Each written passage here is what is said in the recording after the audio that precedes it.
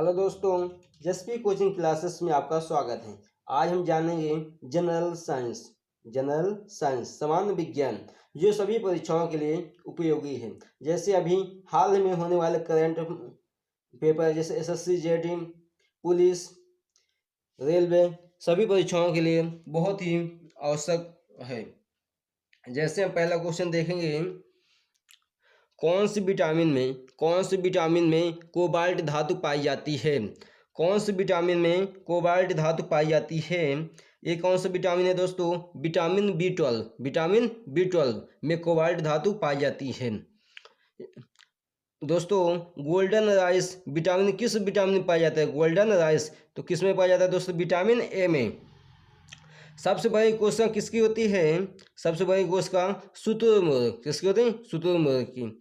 सबसे लंबी कोशिका किसकी होती है दोस्तों? न्यूरॉन। सबसे लंबी कोशिका न्यूरॉन में किसकी होती है? तंत्रिका तंत्र की सबसे लंबी कोशिका। कौन सी विटामिन जल में घुलनशील है?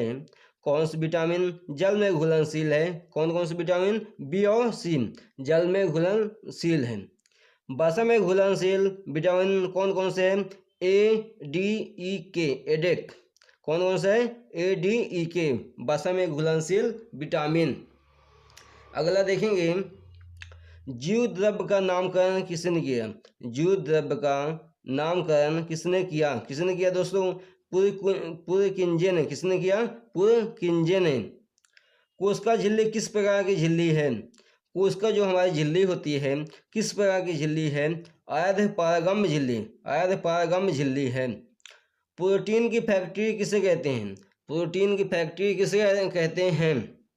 ये कहते हैं राइबोसोम। किसको कहते हैं? राइबोसोम को। अगला देखेंगे, सबसे छोटा कोशिकांग। सबसे छोटा कोशिकांग कौन सा है दोस्तों? राइबोसोम। सबसे छोटा कोशिकांग क्या है दोस्तों? राइबोसोम।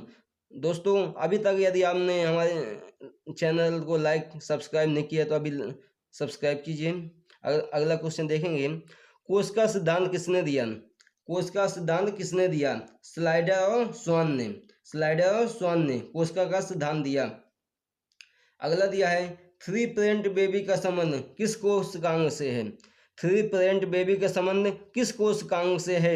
एक किसका संबंध है? माइटोकांड्रिया से। किससे संबंध है दोस्तों? माइटोकांड्रिया से। अगला, कौन सी अधातु कमरे के तापमान पर द्रव अवस्था में होती है?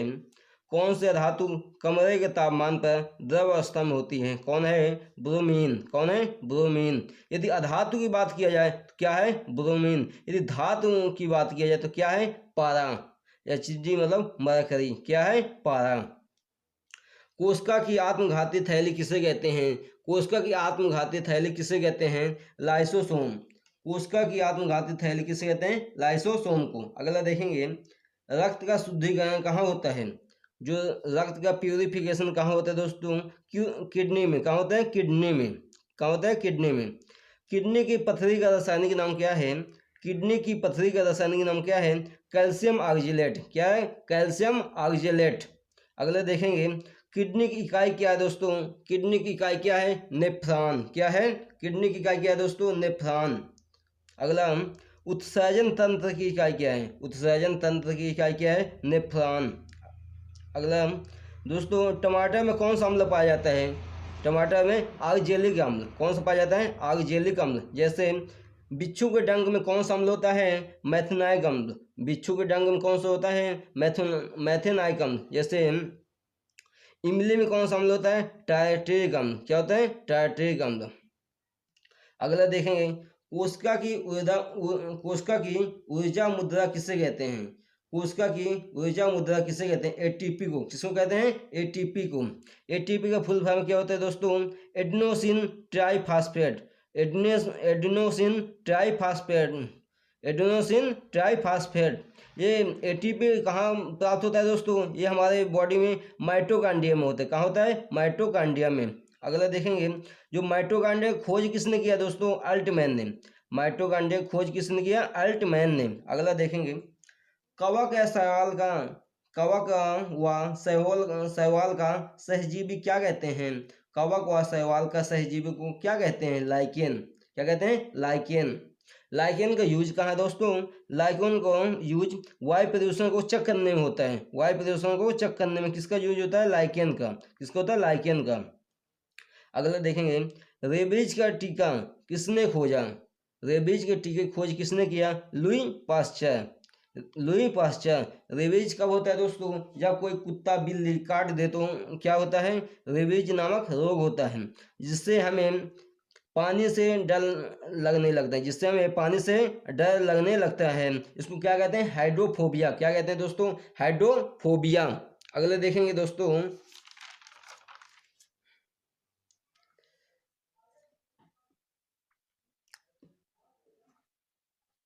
दिया है पादपों के भित्ति में किसकी, जो पादपों की जो भित्ति होती है किसकी बनी होती है? जो पादपों की भित्ति किसकी बनी होती है दोस्तों? सेलुलोज। किसकी बनी होती है? सेलुलोज की। सेलुलोज की। अगला, सबसे छोटा कोशिकांग कौन सा है? सबसे छोटा कोशिकांग कौन सा है? राइबोसोम। सबसे छोटा कोशिकांग कौन सा है दोस्तों? राइबोसोम। राइबोसोम को और किस नाम से जाना जाता है? पैलेट का। पैलेट के नाम से भी जाना जाता है राइबोसोम को। अगला देखिए, ऐसे कौन सा जीव है जिसके आरबीसी में केंद्रक पाया जाता है? ऐसे कौन सा जीव है जिसके आरबीसी में केंद्रक पाया जाता है? जैसे कुछ अपवाद हैं, जैसे लामा, ऊंट, इनमें केंद्रक पाया जाता है, लेकिन बाकी में आरबीसी में केंद्रक नहीं होता। अपवाद कौन कौन से? लामा और ऊंट, जिसमें हम केंद्रक पाया जाता है। अगला, प्रोटीन की खोज कब किया गया? प्रोटीन की खोज कब हुई? 1838 में। किसने किया? मल्टन ने। मल्टन ने किया प्रोटीन की खोज। प्रोटीन की कमी से होने वाले रोग। प्रोटीन की कमी से होने वाले रोग कौन कौन से रोग होते हैं प्रोटीन की कमी से? क्वाशियोकर और मैरमस। क्वाशियोकर और मैरमस रोग होता है। प्रोटीन किसका बहुलक है? प्रोटीन किसका बहुलक है? एमिनो अम्ल। दोस्तों हमारे वीडियो को लाइक कीजिए, शेयर कीजिए और सब्सक्राइब कीजिए। अगला देखिए दोस्तों, जहर देकर मरने की जांच के लिए शरीर बॉडी कौन सा अंग सबसे इम्पोर्टेंट होता है जिसका हम जांच किया जाता है? कौन है जिसका जांच किया जाता है दोस्तों? लीवर। जिसको अपने देसी भाषा में क्या कहते हैं दोस्तों? जिगरा। क्या कहते हैं? जिगरा। इसका जांच किया जाता है दोस्तों। अगला, लीवर खराब होने से कौन सी बीमारी होता है? हीपेटाइटिस। कौन होता है? हीपेटाइटिस होता है। सबसे बड़ा ग्रंथि कौन सा है? सबसे बड़ा ग्रंथि कौन सा है दोस्तों? यकृत। कौन सा है? यकृत। अगला दिया है, शरीर की प्रयोगशाला। शरीर की प्रयोगशाला किसे कहा जाता है? लीवर को। किसे कहा जाता है दोस्तों? लीवर को। अगला देखेंगे दोस्तों, मनुष्य के लार में कौन सा एंजाइम पाया जाता है? मनुष्य के लार में कौन सा एंजाइम पाया जाता है? ये पाया जाता है टाइलिन। कौन सा पाया जाता है एंजाइम? टाइलिन या एमाइलेज एंजाइम पाया जाता है। टाइलिन या एमाइलेज एंजाइम पाया जाता है। अगला, जो पौधे होते हैं ये भोजन का संचय किस रूप में होता है?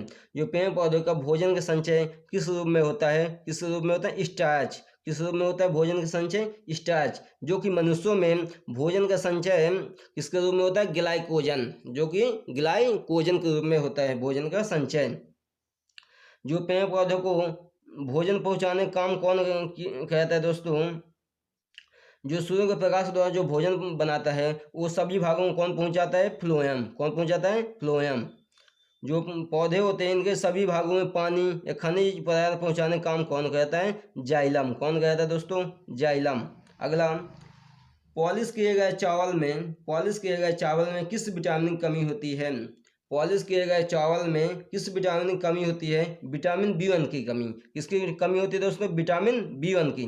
विटामिन B1 की कमी से होने वाले रोग कौन कौन से हैं दोस्तों? बेरी रोग जो होता है विटामिन B1 की कमी से होता है। अगला देखिए दोस्तों, भूख, प्यास, प्यार और नफरत का केंद्र किसे कहा जाता है? यदि किसी व्यक्ति को भूख लगे, प्यास लगे तो ये किसके माध्यम से पता चलता है दोस्तों? हाइपोथैलेमस। किसके वजह से पता चलता है दोस्तों? हाइपोथैलेमस। अगला, ब्लू बेबी सिंड्रोम किसकी अधिकता से होता है? ब्लू बेबी सिंड्रोम किसकी अधिकता से होता है? नाइट्रेट। किसकी अधिकता से होती है दोस्तों? नाइट्रेट की अधिकता से होता है। अगला, टेंडन क्या होता है? जो टेंडन क्या होता है? टेंडन का काम क्या है दोस्तों? हड्डी को मांसपेशियों को ऐड करना। हड्डियों को मांसपेशियों से ऐड करना, ये टेंडन का काम है। अगला, पीएच का फुल फॉर्म क्या है? Potential of hydrogen. पीएच का फुल फॉर्म है दोस्तों। पीएम जो पीएच का खोज किसने किया? पीएच की खोज सोरेनसन ने किया। किसने किया दोस्तों? सोरेनसन ने। दोस्तों हम जो पीएच पैमाना, जैसे अम्ल का पीएच मान कितना होता है? अम्ल का जो पीएच मान होता है 0 से अधिक लेकिन 7 से कम। जो अम्ल का पीएच मान होता है 0 से अधिक लेकिन 7 से कम, ये क्या कहलाता है दोस्तों? अम्ल। जैसे क्षार, जिसका पीएच मान 7 हो या 7 से अधिक, 7 से अधिक कितना दोस्तों? 14 से कम, ये क्या कहलाता है? क्षार। लेकिन जिसका पीएच मान 14 हो वो क्या कहलाता है दोस्तों? उदासीन। क्या कहलाता है दोस्तों? उदासीन। अगला देखिए दोस्तों, मानव रक्त किस प्रकार का ऊतक है? जो मानव का जो रक्त होता है ये किस प्रकार का ऊतक है? जो मानव का रक्त है किस प्रकार का ऊतक है? दोस्तों एक कौन सा ऊतक है? तरल संयोजी ऊतक। जो मानव का जो रक्त होता है ये तरल संयोजी ऊतक कहलाता है। जो मानव रक्त का जो पीएच वैल्यू होता है कितना होता है? 7.4। जो मानव रक्त का जो पीएच मान होता है कितना होता है? 7.4। मनुष्यों में रक्त कितना होता है दोस्तों? 5 से 6 लीटर। कितना होता है? 5 से 6 लीटर। हमारे पूरे बॉडी में कितना परसेंट ब्लड होता है? 7%। कितना होता है? 7%। रक्त की खोज, रक्त समूह खोज किसने किया? कार्ल लैंडस्टीनर ने। रक्त समूह खोज किसने किया? कार्ल लैंडस्टीनर ने। अगला देखेंगे दोस्तों, दूध से मक्खन निकालना। दूध से यदि हम मक्खन निकालते हैं तो किस सिद्धांत का उदाहरण है? ये कौन सा सिद्धांत का उदाहरण है दोस्तों? अपकेंद्रीय बल। कौन सा बल लगता है दोस्तों? अपकेंद्रीय बल। अगला देखिए, रॉकेट का फ्लाई करना किस नियम का उदाहरण है? रॉकेट का उड़ना किस नियम का उदाहरण है? ये दिया है न्यूटन का तृतीय नियम। न्यूटन का तृतीय नियम क्या है? प्रत्येक क्रिया के बराबर विपरीत प्रतिक्रिया होती है। ये न्यूटन का तृतीय नियम है। अगला देखिए,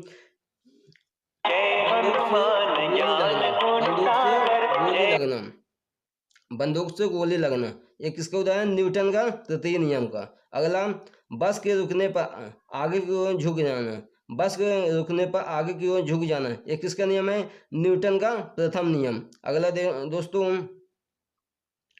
प्लाज्मा में फाइब्रिनोजन को निकाला जाता है। प्लाज्मा से फाइब्रिनोजन को निकाला जाता है तो शेष क्या, तो शेष जो बचता है प्लाज्मा क्या कहलाता है? तो शेष जो प्लाज्मा बचता है उसको क्या कहते हैं? सीरम। क्या कहते हैं दोस्तों? सीरम कहते हैं। अगला, हमारा जो रक्त होता है इसमें प्लाज्मा कितना परसेंट होता है? 55%। 55% हमारे बॉडी में, रक्त में 55% क्या होता है? प्लाज्मा। रक्त कितना होता है? ये होता है 45%। कितना होता है? 45%, 45%। रक्त में क्या होता है? आरबीसी, डब्ल्यूबीसी, प्लेट्स का जीवन काल कितना होता है? 3 से 5 दिन। जबकि डब्ल्यूबीसी कितना होता है? 120 दिन। 3 पेरेंट बेबी का संबंध किस कोशिकांग से है? 3 पेरेंट बेबी का संबंध किस कोशिकांग से है? जैसे दोस्तों हम समझेंगे 3 पेरेंट बेबी होता क्या। जैसे ये पत्नी हुआ, ये पति हुआ। यदि पत्नी का यदि माइटोकॉन्ड्रिया खराब होगा, तो यदि पत्नी का माइटोकॉन्ड्रिया खराब है तो ये माइटोकॉन्ड्रिया इसके बच्चे में न जाए, इसके जो माइटोकॉन्ड्रिया है उसके बच्चे में न जाए, इसके लिए हम एक अलग से एक जो माँ लेते हैं जिसका हम माइटोकॉन्ड्रिया लेते हैं, और पत्नी और पति का हम क्या लेते हैं दोस्तों? केंद्रक। क्या लेते हैं? केंद्रक। और दूसरे माँ क्या लेते हैं? माइटोकॉन्ड्रिया, जिससे कि इसके संतान में जो बीमारी उसके बच्चे में न जाए। थैंक यू दोस्तों। हमारे चैनल को लाइक कीजिए, शेयर कीजिए, सब्सक्राइब कीजिए। जय हिंद दोस्तों। Thank you.